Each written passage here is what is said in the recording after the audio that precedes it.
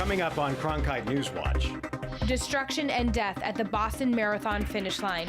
Reactions from the East Coast and how this will affect upcoming Arizona races. Plus, gun control debates are hot as the Senate prepares new legislation. Hear what one Arizona senator has to say. And I want to know what they want. If they got hurt, I'd have no idea. How one Scottsdale school is breaking the language barrier.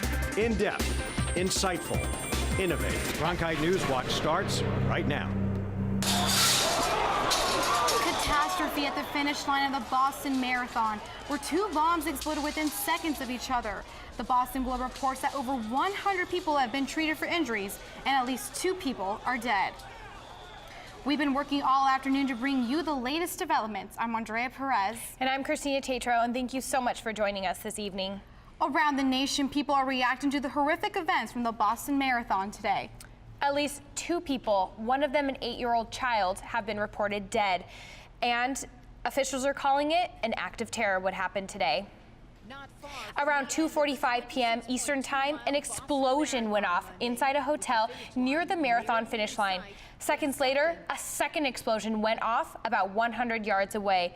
Cell phone service was shut off in the Boston area for several hours, and the FAA issued a ground stop at Boston Logan Airport. We are asking that people stay out of crowds and calmly make their way home, or if they're visiting, back to their hotels.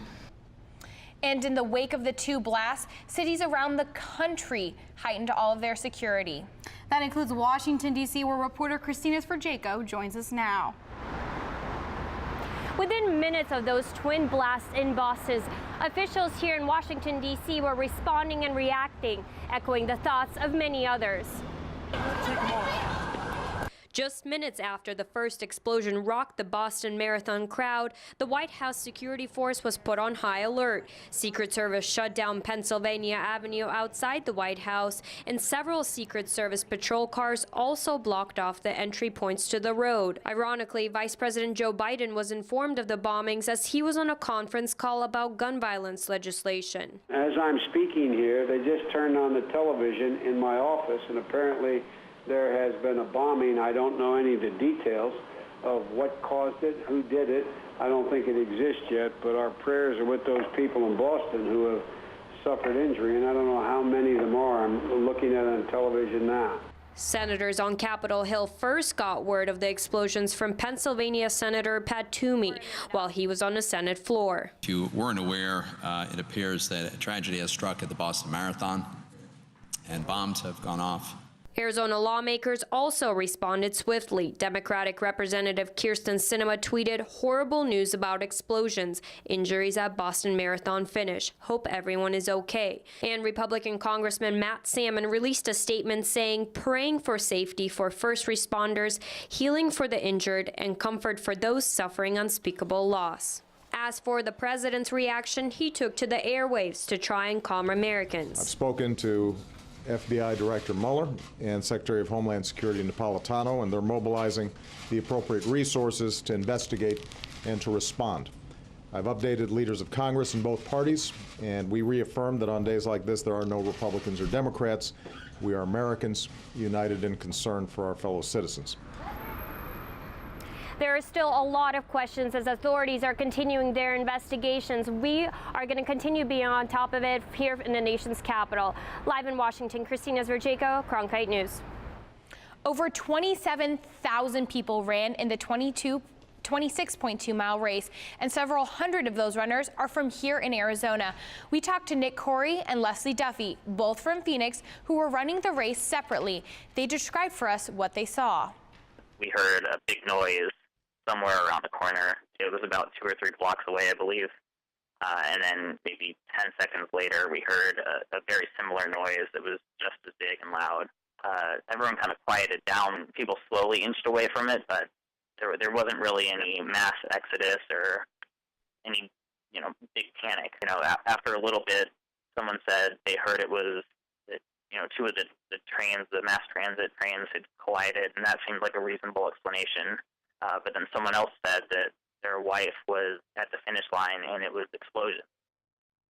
We've been pretty much contained in our hotel room, but Everyone here just seems to be really worried. Everyone's been calling us, trying to find out if everyone's okay, what's going on.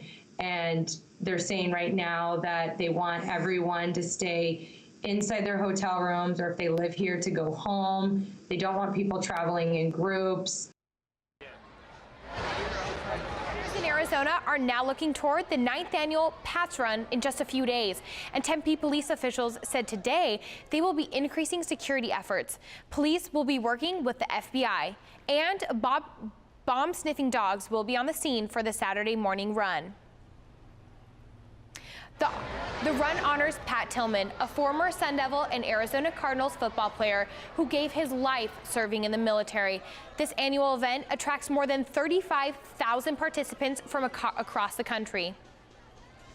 Governor Brewer is among those here in Arizona expressing their condolences about the tragedy in Boston. She released a written statement late this afternoon. Of course, there's still new information coming in by the minute. Please stay with Cronkite News as the story continues to develop. On Capitol Hill today, the Senate was gearing up to start debates over a new gun control proposal. It includes a bill requiring anyone purchasing a firearm online or at a gun show to undergo a background check. Although the bill has some bipartisan support, several Republican senators said they plan to oppose the bill. The bill has support from 55 senators, but needs at least 5 more to pass through the Senate. Surprisingly, Arizona Senator John McCain tentatively favors the bill and said the American people want this bill to become law. 80% of the American people want to see a better background checks procedure, and the American people want to do what we can to prevent these tragedies. While the Senate prepares to discuss gun control, the Supreme Court says it is staying out of the debate. The High Court declined to take up a New York state law that requires anyone carrying a gun in public to have a permit. And this weekend, vigils were held across the nation to remember lives lost due to gun violence. Reporter Sade Hurst went to one vigil here in the Valley where she met a woman fighting to end these tragedies. This event is an opportunity for all of us to come together as one community, united in our strong and unwavering belief that America is truly on the verge of a new path. And as the sun set on the valley, a small group gathered at the Stop Gun Violence vigil. And while the group might have been small, their stories of loss had a huge impact on families left behind. I got a phone call at 5 o'clock in the evening from my mom, and I heard a voice that I had never dreamed of before, explaining that Adam and 3 other men had been ambushed and shot. It has almost been 20 years since Geraldine Hills lost her younger brother, Adam, who was an officer but died while off duty after being gunned down by a man on a rampage. And from that point in time, my life changed very, very differently. There is the world before Adam died and the world after Adam died. Ever since, she's been focused on working with Arizonans for gun safety, but says her hope is that one day the group is not needed. My dream is to one day be able to shut the doors of Arizonans for gun safety because we don't need it anymore. But until then, she will continue to work for victims like her brother and others who have lost family members due to gun violence. Too many people have followed in my family's footsteps, and it must stop, and it must stop now. A fight she promises she will continue until something changes. Reporting in Phoenix, Sade Hurst, Cronkite News. Many at the vigil tell us they are upset with the gun legislation Arizona lawmakers have passed, such as arming school teachers, and say this is not the type of legislation that will help Arizona move forward. At the Arizona Capitol today, another press conference, this one addressing several bills that could have impact on voters in future elections. Reporter Sasha Leininger had her eye on the Capitol today. She joins us live. Sasha? Christina, the press conference was called by several different groups who are fighting these bills, saying it could sway who gets to vote in future elections, and they say it's just not fair. This group might be small, but they are very loud in targeting state lawmakers who are trying to pass Senate Bills 1261 and 1003. SB 1261 deals with the permanent early voting list known as PEVL. These bills will remove people from PEVL and therefore will drive the vote down. If approved, the bill would remove voters from PEVL if they do not cast a ballot in 2 consecutive elections and if they do not respond to a postcard. Whether or not a person is on PEVL, is a strong indicator of whether or not they will ultimately vote. The other bill under fire, SB 1003, would make it illegal for third-party groups to deliver another person's mail-in ballot to election officials, but would allow a voter to designate a person to bring in their ballot. Members of the Arizona Coalition say these two bills could drastically limit the Latino vote because most voters who use early voting are Latino. Bills may make it easier for county officials to count the ballots, but they will make it harder on voters to vote. Members of the coalition claim that the bill's sponsor, State Senator Michelle Reagan, has not done anything to alter the bill. We're asking them to sit down at the table, and we've given them opportunities, and they haven't done so yet. They're moving forward with these bills. But Senator Reagan claims she has sat down with each group and made changes to her bills because of them. I've already met with them. I've asked over and over for suggestions. The only suggestion I get is we'll kill the bill. Well, that's not a suggestion to me. Some of the changes include expanding Election Day polling sites and increasing the number of bilingual poll workers. Both bills are currently in the House and have passed through the Rules and Judicial Committee and are now waiting to go to the House floor. Reporting live in downtown Phoenix, I'm Sasha Leninger, Cronkite News. With the Gang of Eight's comprehensive immigration plan just one day from being announced, all eyes are on Florida Senator Marco Rubio. After appearing on Meet the Press and several other talk shows, the Florida senator outlined the specifics of the bill, saying immigration reform would be necessary even if there were no undocumented immigrants in the country. Our legal immigration system is broken. It's not good for anybody the way it works right now, and this bill modernizes it in a way that's going to get broad-based support. Some say Rubio could be the bridge between the Republican Party and Hispanic voters, making Rubio's input crucial to immigration reform talks. With the tax deadline looming for some Americans, the IRS said that some 350 cities are also likely to get audited. The list of potential tax cheat in communities nationwide includes 5 Arizona cities. Among the top median scores were Cave Creek and Litchfield Park, Buckeye, Desert Hills, and Tolson were also on the list. The data was taken from 2009 and analyzed by the National Taxpayer Advocate. Coming up on Newswatch. They may not speak the same language, but we'll tell you how these parents are bringing one Valley school closer together. And students at one Cave Creek school are dropping the books and holding the reins. We'll have the story coming up. How do we educate in a rapidly changing world? How can we create a sustainable way of life? How can we teach peace?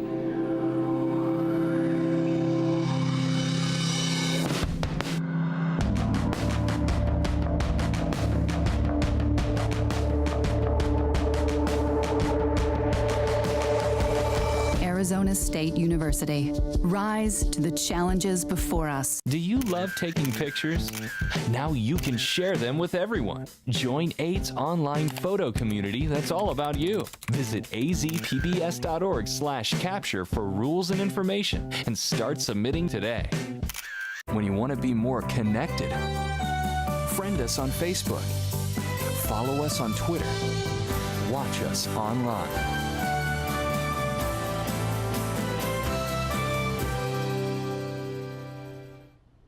Imagine trying to communicate with someone but not knowing their language. For many parents at a Scotts Elementary School, this was a problem until the school decided to do something about it. Our reporter Leslie Marin tells us how a new program is making it easier for parents to communicate at this school. More than 33% of students at Navajo Elementary School in South Scottsdale are Hispanic, most coming from families where the parents don't know how to speak English. This is why the school has started a new language immersion program in hopes of bringing the school and community closer together. Victor. Every Thursday morning, it's not just children but adults that go to school and attend class at Navajo Elementary School. How? Because they want to learn English, something that's made it difficult for many parents at this school to communicate with teachers and even their children. They only speak English, they speak very little Spanish, and really only know the basics. Laura Flores, who babysits her nieces and nephews, says the language barrier makes her worried. She won't be able to understand the kids if something were to happen. I try to speak English with them because if they need something, I want to know what they want. If they got hurt, I'd have no idea. That's why when she found out the school was offering English classes, she signed up. The school's doing a really good job. They want to drive parents to learn the language, learn English. But Laura isn't the only one learning another language.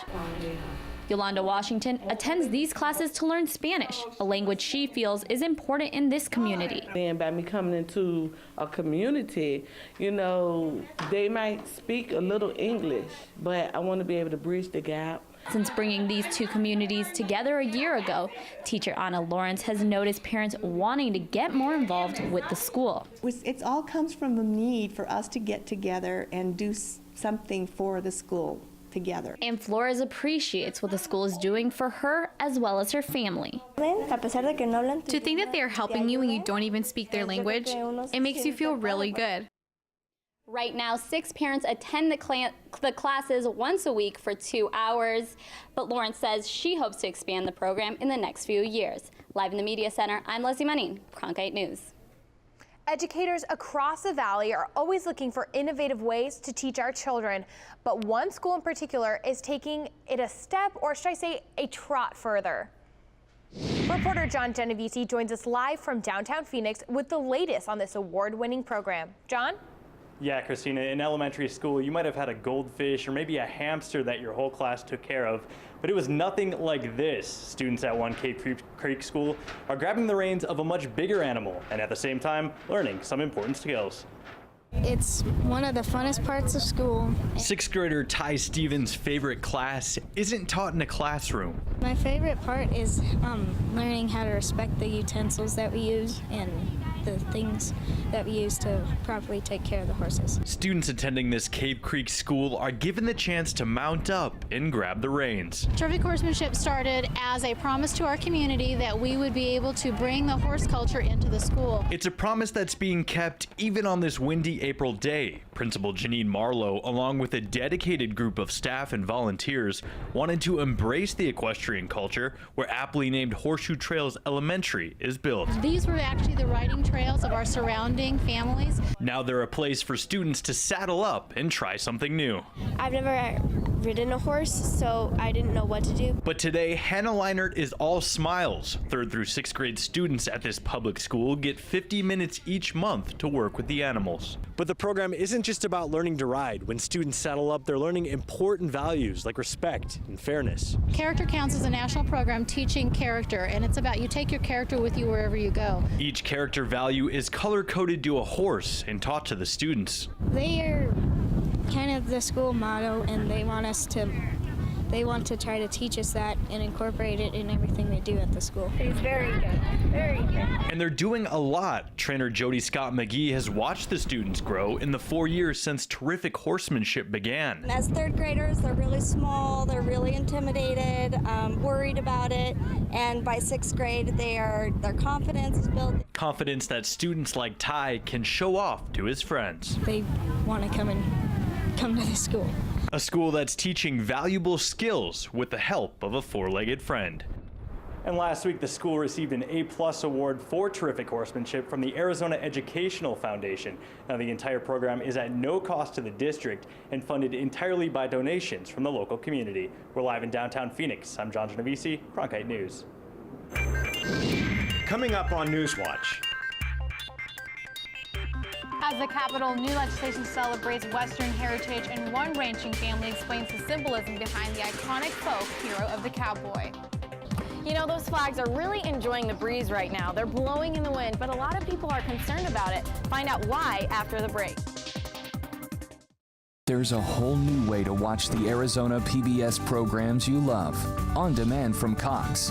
The Free Zone now includes instant access to an award-winning selection of programs from 8 Arizona PBS. So whenever you're in the mood to travel, remember, explore, and more. A new journey is just a click away. Experience all that Arizona PBS has to offer instantly in the free zone with On Demand from Cox. The National Day of Cowboy is now a state holiday, celebrating Arizona's rich cowboy and ranching history. The Cowboys finally have their special day, but there are some who celebrate this lifestyle every day of the year. We're at the Little Diamond Bee Ranch, and this is a little piece of Western legacy being carried on. And it's a legacy that started centuries ago. In Taryn Hale's family, the cowboy way of life has been passed down many generations. And my grandma was a 1950 Reno rodeo queen. This started way before I was born, and it's something that's going to continue on until way after I die. Riding horses is in Hale's blood, and so is promoting the National Day of the Cowboy. Her mom and sister Kelsey have been working to get this holiday signed into law. We've been working hard as volunteers to see that this comes full circle, and the most exciting part is to see the success in the mission. That mission is to not only preserve Arizona's ranching and farming history, but remembering the cowboys' link to the land in each passing day. They had stewardship over the land, they had respect and honor and integrity. And I think that those are values that are going away in today's age. A message echoed by Taryn's mother, and a set of values she hopes will live on. What was very good to remember from the past, how it can inspire us for the present, and what gift can we preserve for the future. Hopefully a future where cowboys and cowgirls are still riding into the sunset. In Mesa, Farah Illich, Cronkite News.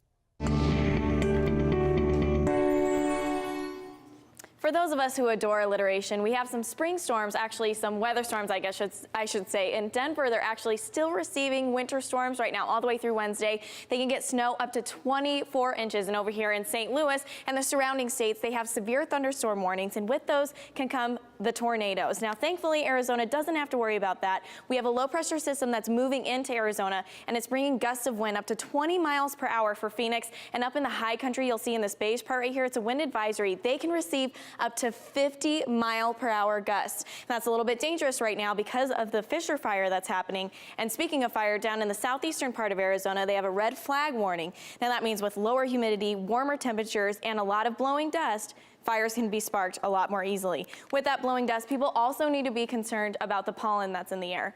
Yeah, these counts aren't as high as they may have been in the past, but it can go all the way up to 12, and we are still in that high range. Now for downtown Phoenix, here's what it's feeling like right now. 86 degrees, 17 mile per hour gusts. The thing that I really enjoy about the wind, not only is it giving you the windblown look for your hair, but it also makes the temperatures feel a couple degrees cooler. As you can see in our 5-day forecast, we're going to be hitting the 70s both on Wednesday and Thursday, and it's going to feel beautiful. And then by Saturday, we'll be back in those lovely 90s again. That does it for your forecast. I'm Chelsea Davis, Cronkite Weather.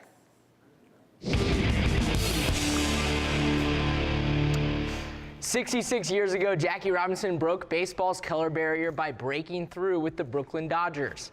While Hollywood has a movie out, the truest tribute still comes from the game itself. Robinson's number has been officially retired by all teams, but today every major leaguer will step on the diamond with number 42 on their backs. The Dodgers in LA now will honor Robinson with a ceremony at Dodger Stadium before they face the Padres.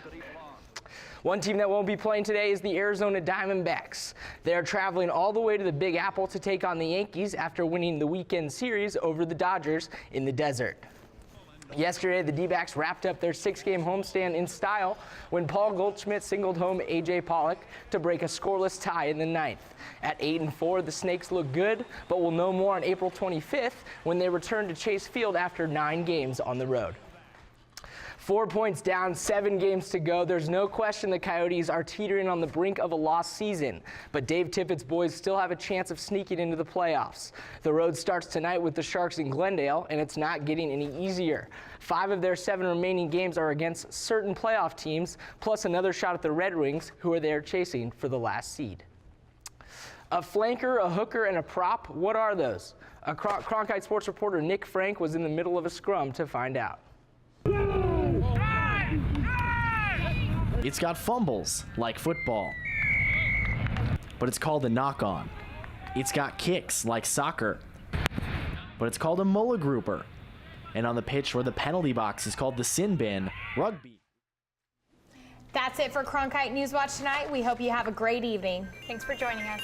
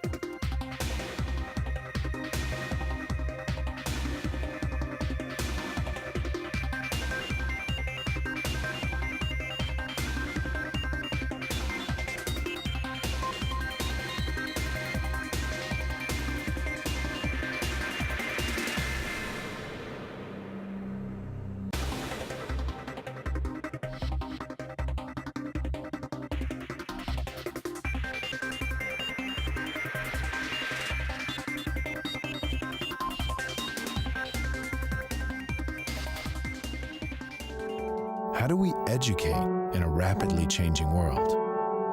How can we create a sustainable way of life? How can we teach peace?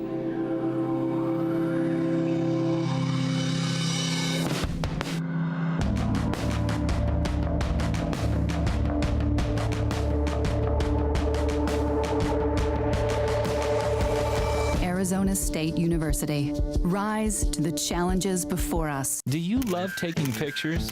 Now you can share them with everyone. Join 8's online photo community that's all about you. Visit azpbs.org/capture for rules and information and start submitting today.